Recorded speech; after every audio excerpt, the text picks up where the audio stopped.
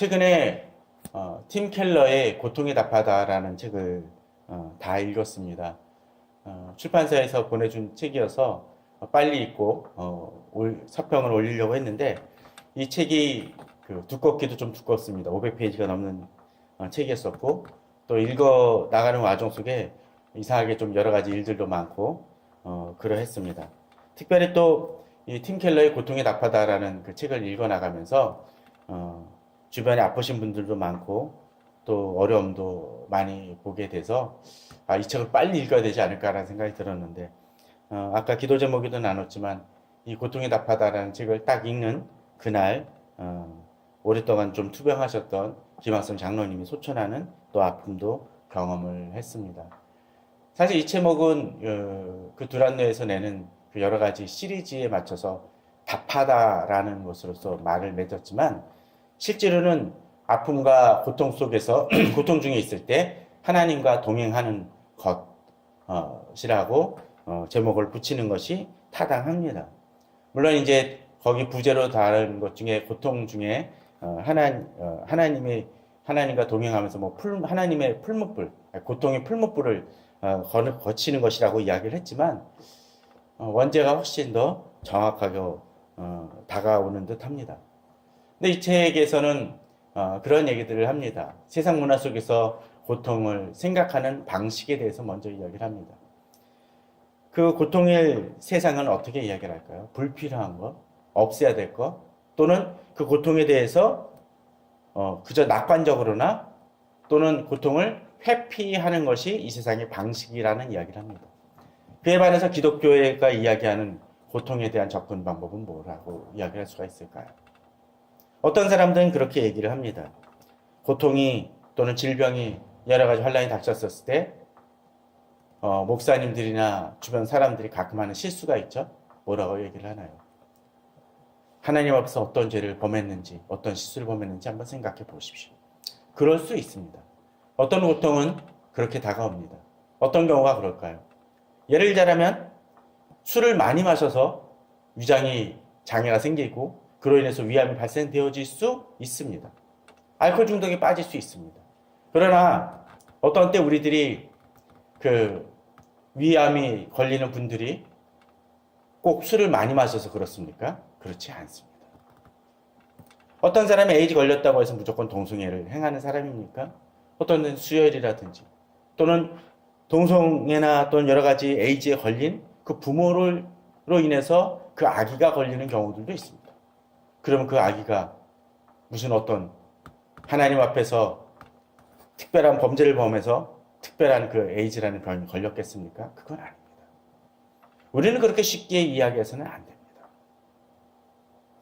오히려 그 상황 속에서 어떻게 그 고통을 하나님이 바라보고 계시고 또 하나님이 그 고통을 어떻게 이해하시고 또 풀어가시는지를 우리들이 하나님의 관점 속에서 바라볼 때 또 그 고통 중에 있을 때 하나님께서 동행하심을 깨닫고 믿을 때 우리는 그 고통을 이겨낼 수 있게 됩니다.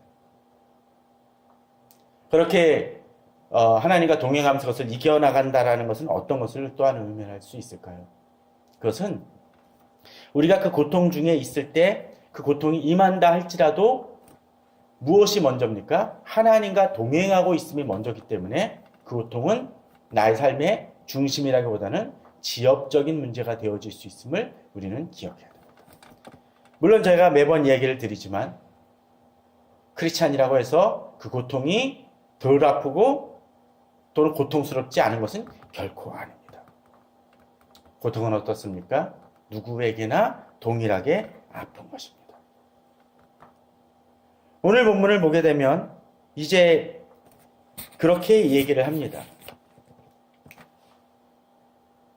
바울은 그 이전 본문에서 그렇게 얘기를 했었죠. 4절에서 주 안에서 항상 기뻐하라. 내가 다시 말하노니 기뻐하라 라고 되어 있습니다. 우리가 지난 시간 그리고 계속적으로 살펴보지만 바울은 이 빌립보서에서 어느 서신보다도 비교될 수 없을 정도로 기뻐하라는 표현을 계속적으로 사용하고 있습니다. 그런데 바울이 기뻐할 수 있는 상황입니까? 아니었습니다. 그는 감옥에 갇혔고 사역적인 이름에 있어서는 자신을 시기한 사람들이 자기보다 앞서 나가려고 힘쓰고 있었었고, 또 자기를 비방하는 사람들이 있었었고, 또 같이 일하던 사람 중에 이탈자도 있었음을 보게 됩니다.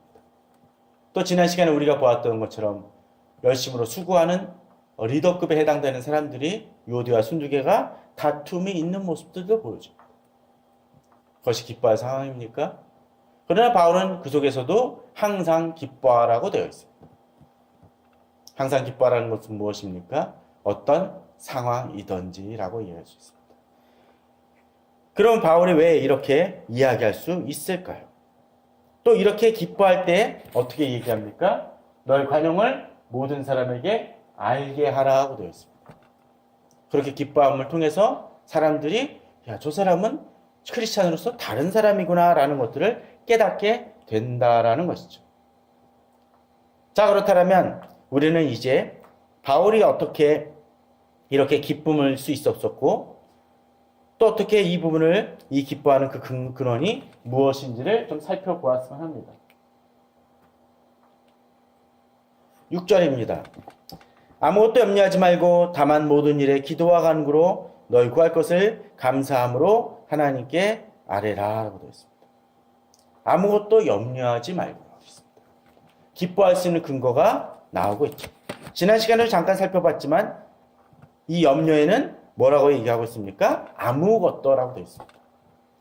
앞서 모든, 항상이라는 그 표현처럼 모든 일에 염려하지 말라는 것이죠. 그러면 그 대신 할 수 있는 것이 무엇입니까? 아무것도 염려하지 말라는 것처럼 내게 주어진 어려움이라든지 또는 어떤 기쁜 일이든 모든 것에 어떤 태도로 접근을 합니까? 기도하고 간구하는 것으로 나아가야 된다는 것을 이야기하고 있습니다. 그리고 또한 그런 기도와 간구를 할 때 하나님께 어떤 태도라고 얘기를 했습니까? 감사함이라고 되어 있습니다. 지난 시간을 잠깐 살펴봤지만 이 감사한다는 것은 사실 말이 안 됩니다. 특별히 지금 응답받은 것도 아니고 어떤 것입니까? 이루어질 것을, 구할 것을 감사한다는 것은 하나님께서 그것을 주실 것을 믿는다는 것입니다. 받은 남이 아니죠. 사실 저도 이런 믿음이 참 부족한 것 같습니다. 예전에도 그런 고백을 한 적이 있었지만 제가 예전에 인터넷이 아니라 PC통신이 활발했었을 때 제가 그 당시 유명했던 모래시계라는 드라마에 대해서 소감문을 써가지고 제가 1등을 한 적이 있습니다. 이 표현도 좀 잘해야 돼요. 대상이었는지 1등인지 정확히 얘기해야 됩니다. 선거법에 걸립니다. 물론 농담입니다. 그런데 이런 했었을 때 연락이 왔습니다. 제가 대상을 탔다라고 이야기를 하고 있고 그걸 알려줬고 또 그리고 그것이 아직 공식적으로 뜨지는 않은 상황이었습니다. 분명히 1등을 했다라고 이야기를 하고 있는데도 불구하고 저는 그 사실이 잘 믿기지 않았고 또 그것이 자꾸 의심이 들었습니다. 공식적으로 공고가 나기 전까지는 달라질 수 있지 않을까라는 두려움과 불안감이 있었다라는 거죠. 이미 내게 통보가 된 것임에도 불구하고 좀 불안해합니다. 오늘 본문은 뭐라고 되어 있습니까? 구할 것을 감사합니다. 하나님께서 이루어 주실 것을 믿는다는 것이죠. 그런데 한번 생각해 보십시오. 그렇게 구했었을 때 항상 하나님의 응답이 내가 기도한 대로 이루어졌습니까? 그런 분 있으면 한번 손을 들어보시기 바랍니다. 정말 그렇습니까? 주주빌려는 5만 번의 기도 응답을 받았다라고 그 오늘 책 제목이 또 등장을 하지만 그러나 그 5만 번을 기다리기 위해서 어떤 때는 그 중에 어떤 기도 제목은 그가 죽은 다음에 이루어진 응답도 있었습니다. 또 그 응답이 어떤 때는 구체적으로 어떤 물건과 어떤 예를 들자면 그가 운영했던 고아원에서 필요한 음식이 예를 들면 감자가 20kg면 감자 20kg를 정확하게 달라라고 구하는 것은 아니었었습니다. 그 얘기는 뭡니까? 자신이 구하기는 하지만 그 구하는 방법과 시기와 때는 하나님이 조정하신다는 것을 조지 밀러는 알았다는 것이죠. 우리도 역시 마찬가지입니다. 그런데 오늘 본문 속에서 이제 또 다른 방식이 나옵니다. 그렇게 구할 것을 감사함으로 아뢰일 때 어떤 일이 벌어진다고 되어 있습니까? 7절이죠. 그리하면. 그렇게 감사함을 하나님께 하라면 이제 어떻게 된 일이 벌어집니까? 이제 모든 지각에 뛰어난 하나님의 평강이 그리스도 예수 안에서 너의 마음과 생각을 지키실 것이라고 되어 있습니다. 이것은 당장 이루어진 것은 아닙니다. 그죠? 응답이 이루어졌다는 것을 얘기하지 않습니다. 물론 응답도 주어지시는데 그 전에 하나 더 선행되어지는 것이 있다는 것입니다. 무엇입니까? 하나님의 평강이 우리 마음과 생각을 지키신다는 것입니다. 사실 응답보다 중요한 게 먼저 이것일 것입니다. 여기서 재미난 것은 하나님의 평강이 마음과 생각을 지키신다는 그 표현 속에서 등장하는 것이 무엇입니까? 불안한 마음, 흔들리는 마음, 그런 것들을 하나님이 제거해 주신다는 것이죠. 특별히 이 시대는 그렇습니다. 사람들이 어떤 데 불안하거나 또는 여러 가지 의심이 들 때 어떤 일을 행하나요? 여러 가지 그것을 보호하고 또 그 불안을 잠재울 수 있는 방법들을 택합니다. 예를 들자면 어느 사람이 너무 불안 심리가 심하면 어떡하죠? 정신과에서 약을 처방받습니다. 또 어떤 사람들은 그 불안감을 없애기 위해서 어떻게 하나요? 줄, 담배를 피우는 사람도 있고 술을 마시는 사람들도 있습니다. 또는 어떤 땐 성적 도착 같은 것으로 나타나는 사람들도 있습니다. 또 어떤 사람은 스트레스 쌓였다라고 하면서 어딜 가나요? 블록버스터 영화를 보러 가기도 합니다. 그러나 그런 것들이 그 문제를 근본적으로 해결해 주는 것입니까? 아닙니다. 만약 어떤 사람이 영화를 보러 갔는데 화재가 났다고 쳐봅시다. 그러면 그 사람은 그것을 잃어버리게 됩니다. 또 어떤 사람은 그것을 이기기 위해서 어떤 사람은 잠을 못 이루니까 잠을 잘 잘 수 있게 수면제 하나 먹습니다. 근데 먹다가 계속 안 들으니까 두 알을 먹고 세 알을 먹습니다. 사람이 추구하는 평강이라는 건 어떤 때 그런 것 같습니다. 나의 재산과 그것을 지키기 위해서 또는 내가 살고 있는 그런 것들을 유지하기 위해서 그 비용은 점점점 들어갑니다. 마치 15평 아파트 사는 사람과 50평 사는 사람이 있다고 쳐봅시다. 그들이 먹는 밥은 양은 더 이쪽 사람이 더 많지는 아파트 평수가 넓다고 해서 많지는 않을 것입니다. 그런데 그 사람이 살고 있는 방식을 유지하기 위해서 그 사람이 드는 비용이 어느 쪽이 더 많습니까? 50평 드는 사람이 더 많은 것입니다. 예컨대 아파트 관리비도 어느 쪽이 많죠? 이 50평 드는 사람이 많을 거고 난방비 같은 것도 많이 들 것이고 아마 소득세 같은 경우도 더 많이 들겠죠? 또 어떤 사람이 음식을 만들 때도 이쪽 사람이 더 많이 들 것입니다. 점점 짐은 많아지는 듯 비춰집니다. 저는 그래서 뭐 가졌다라는 것이 꼭 나쁘다는 얘기를 드리는 것은 결코 아닙니다. 우리가 치러야 할 대가들이 있을 수 있다라는 것입니다. 세상의 평강이라는 것은 그런 것 같습니다. 그런데 이제 하나님의 사람들은 또 하나님 앞에서 기쁘다라고 얘기하는 사람들은 좀 다름을 보여줍니다. 우리들 속에 뭐가 있으니까요? 하나님의 평강이 있기 때문이라고 합니다. 세상의 평강이 아니라는 것이죠. 하나님의 평강은 우리를 근원적인 차원에서 우리를 지켜주십니다. 그렇게 하나님께서 우리를 지켜주시는 근거들이 무엇입니까? 그리하면 모든 지각에 뛰어난 하나님의 평강. 모든 지각이라는 것은 뭡니까? 세상의 어떤 방식이라든가 염려, 어떤 지식들을 보다도 어떡하다고요? 뛰어나다라는 것입니다. 세상의 방법이나 생각으로는 이해할 수 없는 것조차도 하나님은 아시는 분이시고 그렇기 때문에 우리는 하나님의 평강을 누릴 수 있습니다. 요새 VR 같은 경우들이 유명합니다. 많이 유행하고 있습니다. 뭐 VR로 이루어진 무슨 뭐 테마파크 비슷한 것도 좀 생기더라고요. 그런데 그 VR을 체험하는 사람들의 모습을 보신 적이 있으십니까? 보게 되면은 안경 같은 거 쓰죠. 그러고서는 어디 이렇게 그냥 서 있는 경우도 있고, 뭐 낙하산 같은 체험을 한 사람들은 이런 그네 같은 걸 타기도 합니다. 또 어떤 사람들은 자동차 같은 모양을 탑니다. 근데 그 예전에 보니까 그런 게 있더라고요. 이렇게 이런 평범한 곳인데 안경을 쓰고서는 그 사람이 체험하는 것은 그겁니다. 어떤 것이냐면 그 공사장에 가면은 높은 빌딩 위에 한 수십 층 높이에 커다란 이게 철제 골조가 있습니다. 거기를 걸어가는 장면입니다. 그러면 사람들이 쓰고서 뭐 합니까? 그냥 평범한 곳인데 뭐 하고 있나요? 비틀비틀 대기도 하고 새가 한 마리 날아오거나 뭐가 이상한 게 날아오면 움찔해서 몸을 흔들면서 떨어지지 않으려고 발버둥 칩니다. 주변에서 보면 얼마나 웃길까요? 방송에서 가끔 하는 몰래카메라도 한번 생각해 보십시오. 몰래카메라에서 쏟고 있는 사람은 누굽니까? 그것을 당하는 사람입니다. 주변에서는 어떻게 하나요? 키득키득 웃고 난립니다. 그 실체를 아니까. 물론 하나님이 그런 장난을 우리에게 치신다는 것을 의미하지는 않습니다.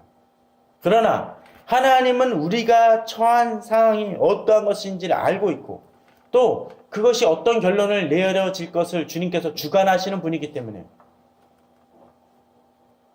그 하나님의 평강이 우리 속에 있고 또 우리를 다스리신다는 것은 우리가 어떻게 합니까? 우리조차도 그 하나님의 평강을 알면 알수록 그 평강을 누릴 수 있다라는 것입니다. 그러기에 오늘 본문은 독특한 표현을 씁니다. 지각에 뛰어난 하나님의 평강이 그리스도 예수 안에서 우리를 지키시는 게 뭡니까? 보물, 우리의 재산 아닙니다. 1차적으로 어떤 것입니까? 우리 마음과 생각을 지키실 것이라고 이야기합니다. 마음은 어떤 것입니까? 감정 같은 것이라고 얘기할 수 있습니다. 단순하게 얘기했어요. 생각은 무엇입니까? 우리의 의지와 지성 같은, 지식 같은 것이라고 이야기할 수 있을 것 같습니다. 우리 생각과 마음을 누가 지킵니까? 하나님의 평강이 지키신다는 것입니다. 자, 그러면 여기서 우리는 한 가지 생각할 수 있습니다. 우리가 하나님의 평강을 깨달으면 깨달을수록 우리는 기뻐할 수 있고 평강할 수 있습니다. 근데 우리가 항상 깨닫습니까? 깨닫지 못할 때도 있다라는 것이죠. 우리는 디모데후서 3장 15절 16절에서 이런 구절을 본 적이 있습니다. 그러므로 누구든지 우리 온전히 이룬 자들은 이렇게 생각할지니 성숙된 사람이에요. 그죠? 그런데 이 사람이 만일 어떤 일에 너희가 달리 생각하면이라고 되어 있습니다. 성숙된 사람도 어떻게 한다고요? 달리 생각할 때가 있다라는 것입니다. 사람들과의 관계 속에서 그럴 수도 있고 교회 공동체가 달리 생각할 때도 있을 수 있습니다. 그런데 이 성숙한 사람들에게 주어지는 하나님의 은혜가 무엇입니까? 너희가 달리 생각하면 하나님이 이것도 너희에게 나타내실 것이라고 되어 있습니다. 잘못 생각했던 부분들 또는 부분적으로 제대로 깨닫지 못했던 부분들을 하나님은 어떻게 하신다고요? 깨닫게 하여 주시고 알려주신다는 것입니다. 그것은 무엇입니까? 하나님의 사람들은 하나님의 뜻을 알게 된다는 것이고 당장은 모른다 할지라도 하나님께서 궁극적으로 그들에게 깨닫게 하여 주시고 그것을 고쳐주시며 하나님의 뜻에 근접할 수 있도록 이끄신다는 것입니다. 모든 지각에 뛰어난 하나님의 평강은 바로 그것입니다. 우리가 우리에게 당하는 여러 가지 문제들이 있을 수 있습니다. 그죠? 그런 문제들 속에서 우리들이 이건 도저히 해결될 수 없을 것 같은 문제들이 있을 수 있습니다. 풀리지 않을 것 같은 문제들이 있을 수 있습니다. 그런데 인간의 생각이나 또는 세상의 관점 속에서는 그럴 수 있는데 이것을 넘어서는 무엇이 있습니까? 모든 지각에 뛰어난 하나님이 계시고 그 하나님이 계시기 때문에 바로 이 문제는 해결되어질 수 있고 우리를 건져주실 것이라는 믿음이 있기 때문에 우리에게 무엇이 임합니까? 바로 하나님의 평강이 임한다는 것입니다. 그렇기 때문에 우리는 여러 가지 문제 속에서 어려움 속에서 우리 마음이 불안할 때 하나님의 평강으로 우리 중심을 잡습니다. 또 우리 생각과 또는 우리가 가진 믿음과 신앙 속에서 지키려고 하는데 그럴 때가 있다는 거죠. 세상의 기준에서 보면은 이 신앙을 가지고 행동한다는 것이 말이 안 된다고 느껴질 때, 그럴 때 흔들립니다. 내가 생활 속에서 좀 더 이런 방식으로 살아갔으면 좋겠는데, 좀 더 타협했으면 살았으면 좋겠는데 라고 생각되어질 때, 그렇게 마음이 흔들릴 때, 좀 이제는 하나님을 접어두고 세상 방식을 따르면 좋겠다고 생각이 되어질 때 어떤 일이 벌어집니까? 하나님이 나를 붙드심을 통해서, 하나님의 평강을 통해서, 그 하나님의 평강을 의지함을 통해서 다시 흔들리던 마음을 지킬 수 있게 되어진다라는 것입니다. 그게 하나님의 평강이라는 것이죠. 그런 사람들은 어떻습니까? 내가 어려움이 닥치더라도 그럴 때 어떻습니까? 항상 기뻐할 수 있게 된다는 것입니다. 우리에게 이것이 필요합니다. 당장은 깨닫지 못한다 할지라도 나의 지각을 넘어서는 하나님의 평강이 있기 때문에, 하나님이 계시기 때문에 우리가 하나님을 의지하며 나아갈 수 있다라는 것이죠. 좀 다른 구절 하나 더 보도록 하겠습니다. 이 평강에 대해서 구약에서 말씀하는 장이 있습니다. 이사야 26장 3절입니다. 주께서 심지가 견고한 자를 평강하고 평강하도록 지키시리니 이는 그가 주를 신뢰함이니이다. 너는 여호와를 영원히 신뢰하라. 주 여호와는 영원한 반석이심이로다. 여기서도 평강이라는 말이 등장을 하고 있습니다. 그런데 평강하고 평강하도록, 평강이 아주 강화되어지고 있죠. 그런데 이 평강을 하나님이 어떠한 자에게 주십니까? 심지가 견고한 자입니다. 이 심지가 견고한 사람은 무엇을 얘기할까요? 그냥 마음이 그냥 꽁하고 그냥 타협하지 않는 편협한 사람을 얘기합니까? 그게 아니라 4절입니다. 이 심지가 견고하는 것은 여호와 안에서 신뢰하고 여호와를 의뢰한다는 것입니다. 여호와 안에서 영원한 반석 대신 그 주님 앞에 오로지 견고히 서 있는 사람이라는 것이죠. 그런 사람에게 하나님이 무엇을 주십니까? 평강을 주신다는 것입니다. 그리고 평강을 주시는 이유가 뭡니까? 그가 주를 신뢰하기 때문이라고 되어 있습니다. 이것이 일종의 시너지 효과를 일으킵니다. 신뢰하니까 하나님이 평강을 주시고, 평강하니까 더욱 신뢰하게 됩니다.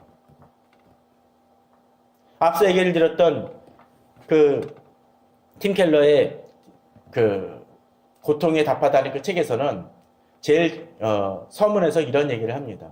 다니엘의 세 친구 얘기를 합니다. 세 친구 하면 뭐가 생각이 나요? 사드락 메삭 아벳느고가 느부갓네살 왕이 그의 신상에 절하지 않는다고 얘기를 하니까 풀무불에 던지는 얘기가 등장을 합니다. 전 그 구절을 볼 때마다 참 감동을 얻습니다. 제가 여러 번 얘기를 드리지고 또 예전에 후배들하고 성경 공부할 때도 이 구절을 정말 좋아했었는데, 거기서 느부갓네살 왕이 얘기를 하죠. 나의 왕, 내가 세운 신상에게 너희들이 절하지 않느냐라고 얘기합니다. 그러자 사드락 메삭 아벳느고가 이야기를 하죠. 우리는 왕이 세운 신상에게 절하지 않겠다고, 하나님만을 섬기겠다라고 얘기합니다. 그러면서 하는 얘기가 있죠. 하나님이 우리를 건지실 것을 믿습니다. 그런데 어떤 일이 벌어집니까? 하나님은 그들을 풀무불에 던지도록 방치하십니다. 우리는 다니엘도 기억을 합니다. 다니엘이 마음을 결단하여 하루 3번씩 계속적으로 기도합니다. 더 이상 어떠한 것에도 기도하지 말라는 왕의 조례가 선포되어졌는데도 불구하고 저라는 그 기도하는 사람을 어떻게 한다고 그랬었죠? 사자굴에 던지겠다고 했었습니다. 그래서 하나님께서는 던지지 말도록 막으셨습니까? 아닙니다. 던지도록 허락하셨습니다. 우리는 이렇게 내가 믿음의 행보를 하면 이러한 일이 벌어지지 않을 거라 생각할 수 있지만 실제로는 그런 일이 벌어지는 경우들이 있을 수 있습니다. 풀무불에 던져지고 사자굴에 던져지는 일이 있을 수 있습니다. 다니엘 세 친구는 그래서 그런 얘기를 합니다. 하나님이 그리 아니하실지라도 우리는 하나님 왕의 신상에게 절하지 않겠다라고 얘기합니다. 이것은 무엇입니까?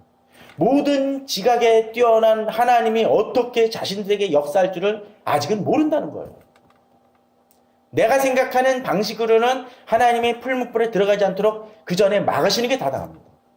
사자굴에 던져지는 것을 막으신 것이 하나님의 방법입니다. 그러나 서로 풀무불에 던져지고 사자굴에 들어가는 일이 있다 할지라도 하나님이 나를 붙드신다는 것을 믿기 때문에 어떤 일을 행합니까? 그럼에도 불구하고 흔들리지 않는다는 것입니다. 여기서 우리는 한 가지를 봐야 됩니다. 풀무불에 던져지기 전과 던져진 후 두 가지 사건이 있습니다. 그죠? 우리는 지금 던져지기 전의 사건을 경험합니다. 던져진 이후의 사건들에 어떤 일이 벌어질지 또는 그 사건이 벌어질지는 잘 모릅니다. 그러나 하나님은 어떻습니까? 이 전과 후를 다 아시는 분이라는 거죠. 주관하시는 분이라는 거죠. 세상은 그 시점밖에는 그것을 컨트롤하지 못합니다. 아니, 그것도 제대로 못하죠. 그러나 하나님이 모든 것을 주관하시는 것을 믿기 때문에 우리는 그 속에서 비록 내가 그 이유를 알지 못한다 할지라도 어떻습니까? 하나님의 평강을 의지하여 평강할 수 있다라는 것입니다. 심지가 견고하다는 것은 그것입니다. 왜? 나의 기초는 이 풀무불을 계획한 느부갓네살 왕이 아니라 하나님의 반석에 나를 기초하기 때문에 그렇습니다. 5절, 6절, 7절은 이렇게 얘기합니다. 높은 데 거주하는 자를 낮추시며 소순성을 헐어 땅에 엎으시되 진토에 미치게 하셨도다. 발이 그것을 밟으리니 곧 빈고한 자의 발과 곤핍한 자의 걸음이로다. 어떤 일이 벌어집니까? 역전의 드라마, 반전이 이 본문 속에서 등장함을 보여줍니다. 세상적인 눈으로는 이런 일들이 잘 일어나지 않죠. 빈곤한 자가 어떻게 이기겠습니까? 최근에 매성경 큐티 하시는 분들은 신명기 말씀을 큐티하고 있습니다. 거기서 최근에 얘기하는 내용들이 어떤 것입니까? 아낙 자손이나 가나안 자손이 이스라엘 사람들보다 강합니까? 안 강합니까? 강합니다. 그들은 이스라엘 백성들보다 힘이 세고 키도 크고 뛰어납니다. 그런데 이렇게 그러한 그들에게 이길 수 있는 이유는 무엇입니까? 이스라엘 백성이 더 강해서 아니라는 것이죠. 하나님은 그것을 분명히 얘기하십니다. 니들이 강해서 이기는 것이 아니었다라고 얘기합니다. 그러면 무엇입니까? 바로 하나님이 이기게 하셨기 때문이라는 것이죠. 우리는 그 믿음이 있어야 됩니다. 팀 켈러가 이야기하는 것처럼 고통을 일어났었을 때, 어려운 문제가 닥쳤을 때 그리스도인들은 그 고통을 외면하지 않습니다. 오히려 그것보다는 어떻게 얘기하나요? 그 고통이 실체를 더 분명히 바라보는 사람들입니다. 그러니까 어떤 일이 벌어집니까? 더 알면 알수록 더 이길 수 있는 힘이 생긴다는 것이죠. 우리는 예수님이 나사로가 죽었을 때 보이셨던 태도를, 모습을 기억하기 바랍니다. 마르다는 웁니다. 그런데 하나님, 예수님께서 뭐라고 얘기하시나요? 나사로의 죽음을 보고, 그런 상황을 보고 성경은 이야기합니다. 분하여 하셨다고 되어 있습니다. 아니, 예수님은 그렇게 얘기할 수 없죠. 믿음이 없는 자들아, 쉽게 얘기할 수도 있습니다. 그냥 너 왜 믿음 없이 행하냐, 물론 그 말씀도 하셨지만 그냥 그러고 말아보셔도 됩니다. 그런데 예수님은 뭐라고 얘기하시나요? 뭐 어떤 태도를 보이십니까? 분하여 하시다. 왜 분합니까? 누구한테 분합니까? 그것은 죽음으로 인해 고통받는 사람에 대한 분노입니다. 그 현 상황에 대해서. 죽음이 사람들을 아프게 하고 고통을 주는 것에 대한 분노입니다. 그 얘기는 어떤 것입니까? 하나님도 이런 고통이 임하는 현장에 대해서 분노하시고 아파하신다는 것입니다. 그러나 주님은 거기서 멈추지 않습니다. 장례식장에 가면 상을 당한 사람들을 위로하는 사람들이 넘쳐납니다. 위로합니다. 그러나 그들의 위로가 어떤 문제를 해결해 줍니까? 해결해 주는 것은 아무것도 없습니다. 죽은 사람이 살아납니까? 아닙니다. 그러나 예수 그리스도께서 분하하시고 그들의 고통을 이해하고 눈물도 흘리셨지만 주님은 거기서 멈추지 아니하고 어떤 일을 행하십니까? 바로 나사로를 살려내셨습니다. 우리가 하나님을 의지하며 하나님 평강을 의지하며 나아갈 수 있는 이유가 바로 거기에 있습니다. 하나님의 평강은 단순히 문제를 그냥 방치하고 회피하는 것이 아니라 모든 것을 아시고 그 문제를 해결할 수 있는 그 능력이 있으시기 때문에 그 속에서 어떤 일을 행하시나요? 이제 그 문제를 해결해 주시고 또 그 과정 속에서 아직 그것이 이르지 않고 응답이 이루어지지 않았지만 하나님께서 이루어 주실 것을 분명히 우리는 믿을 수 있다라는 것이죠. 그렇기 때문에 우리는 어떤 일을 행할 수 있습니까? 바로 감사함으로 하나님께 아뢰며 기도할 수 있다라는 것입니다. 저는 우리 성도님들이 그 믿음을 가지고 나아가시기 바랍니다. 바로 오늘 본문은 그것입니다. 우리가 모든 지각에 뛰어난 하나님의 평강이 그리스도 예수 안에서 무엇? 마음과 생각을 지키신다는 것이죠. 우리에게 그러한 믿음이 있기를 원합니다. 그렇기 때문에 우리는 바로 이 마음과 생각을 지키시는 그 하나님의 평강에 임할 수 있도록 힘써야 되는데 어떤 것? 바로 하나님이 우리와 함께 계시다는 평강의 하나님이 함께 계시다는 그 믿음을 가져야 되고 또 9절에서처럼 배우고 받고 듣고 본 바를 행하는 것입니다. 내 속에 하나님의 말씀과 하나님의 나의 주인 되신다라는 하나님의 반석에 선다라는 심지가 견고한 그 행위를 계속적으로 행할 때 어떤 일이 벌어집니까? 흔들리지 않는다는 것입니다. 예전에도 그런 얘기를 드렸지만 우리가 자동차 바퀴 또는 선풍기를 한번 생각해 보시죠. 곧 여름이 오는데 이 선풍기를 청소하고 그것을 꽉 조이지 않으면 어떻습니까?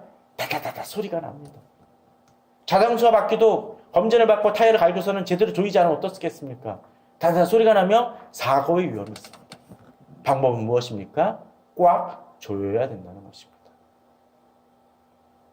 저는 우리 성도님들이 그 믿음으로 나아가시길 바랍니다. 바로 하나님의 말씀을 매일 묵상하라는 것은 바로 그 이유입니다. 하나님이 우리의 중심에 계실 때 우리는 하나님의 평강을 누릴 수 있고 비록 나의 문제에 대해서 지금 당장은 해결할 방법도 느껴지지 않을 때조차도 하나님의 평강이 우리를 지배하고 하나님의 해결해 주실 것을 믿고 믿음으로 나아갈 수가 있다라는 것입니다. 이에 대한 보충 설명은 다음 주에 또 더 나누도록 하겠습니다. 주님의 평강이 우리 성도님들의 마음과 생각을 지키시는 한 주 되시기를 주님의 이름으로 축원합니다. 다 같이 기도하시겠습니다.